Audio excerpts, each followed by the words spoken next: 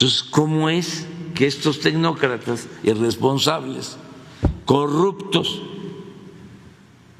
de repente deciden llevar a cabo una supuesta reforma educativa sin tomar en cuenta la opinión de las maestras, de los maestros, y maltratándolos, acusándolos de flojos? Lo mismo, de que no trabajaban.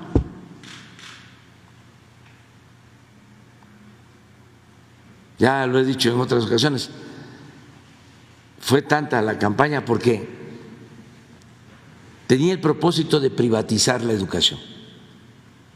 Eso es lo que estaba en el fondo, que estudiara el que tuviese para pagar colegiatura, porque es un proceso que viene de tiempo atrás. Acuérdense que con Salinas se modificó el artículo 3 de la Constitución, siendo secretario de Educación Ernesto Zedillo, para que la educación gratuita se limitara a lo básico y dejaron en el mercado la educación media superior y la educación superior. Acuérdense cómo hubo hasta un movimiento en la UNAM que querían cobrar cuotas. No quiero hablar de los que estaban de rectores entonces. Bueno, eso era lo que querían imponer. Por eso los exámenes de admisión, los rechazados, para darle espacio a las escuelas privadas. Y claro, crecieron mucho en el periodo neoliberal las escuelas privadas, creció la matrícula, pero llegó a un límite, porque en un país con tanta pobreza, pues la mayoría de la gente no tiene para pagar una escuela privada. Y yo siempre voy a estar diciendo de que no estamos en contra de la educación privada. El que tiene para pagar una escuela privada lo puede hacer, es su derecho, pero el Estado está obligado a garantizar la educación pública gratuita, de calidad, en todos los niveles escolares. Y ahí viene la diferencia. Es considerar que la educación es un privilegio o considerar que la educación es un derecho.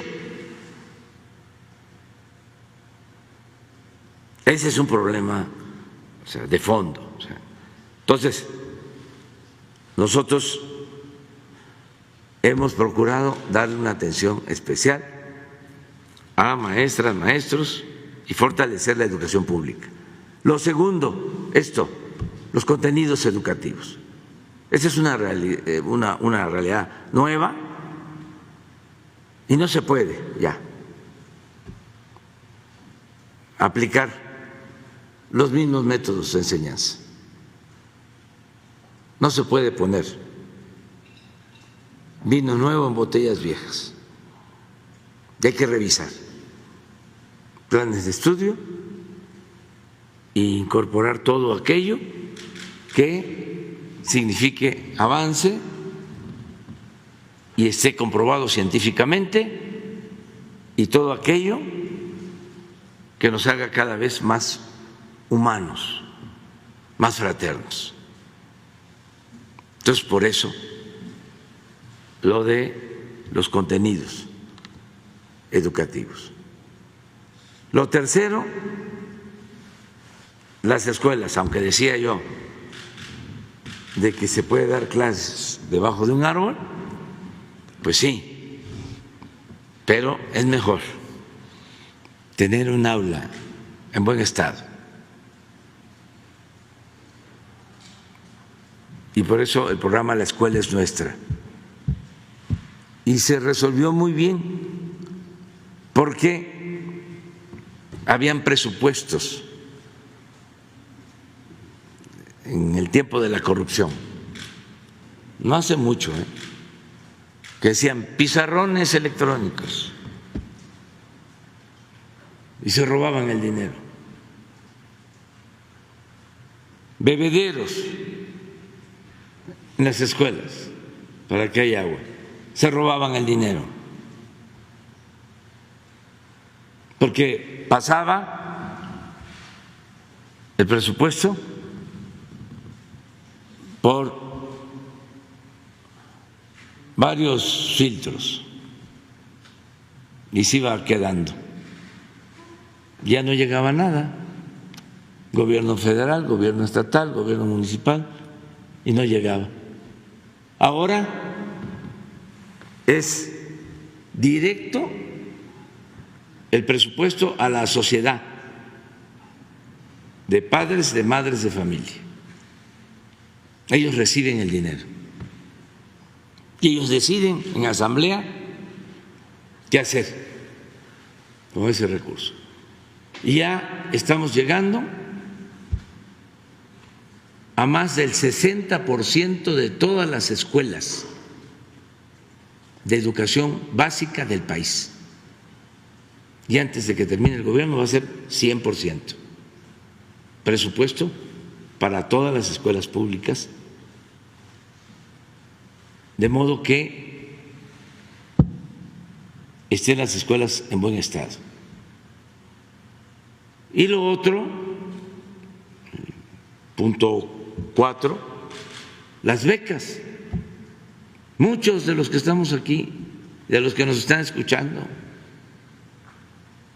pudieron estudiar hasta de más edad de nuestra generación, porque vivían en casas de estudiantes, ¿no? Casas de estudiantes. En cada estado había una casa, aquí en la ciudad. Y becas. Y fíjense, ahora informando desde Chiapas, el director de las normales rurales, el gusto que me da, porque en el plan privatizador de la educación querían desaparecer las normales, como desaparecieron el MESHE, como desaparecieron todas las normales que pudieron. ¿A dónde podía estudiar un hijo de campesino, de una familia pobre? En una normal, en Chapingo.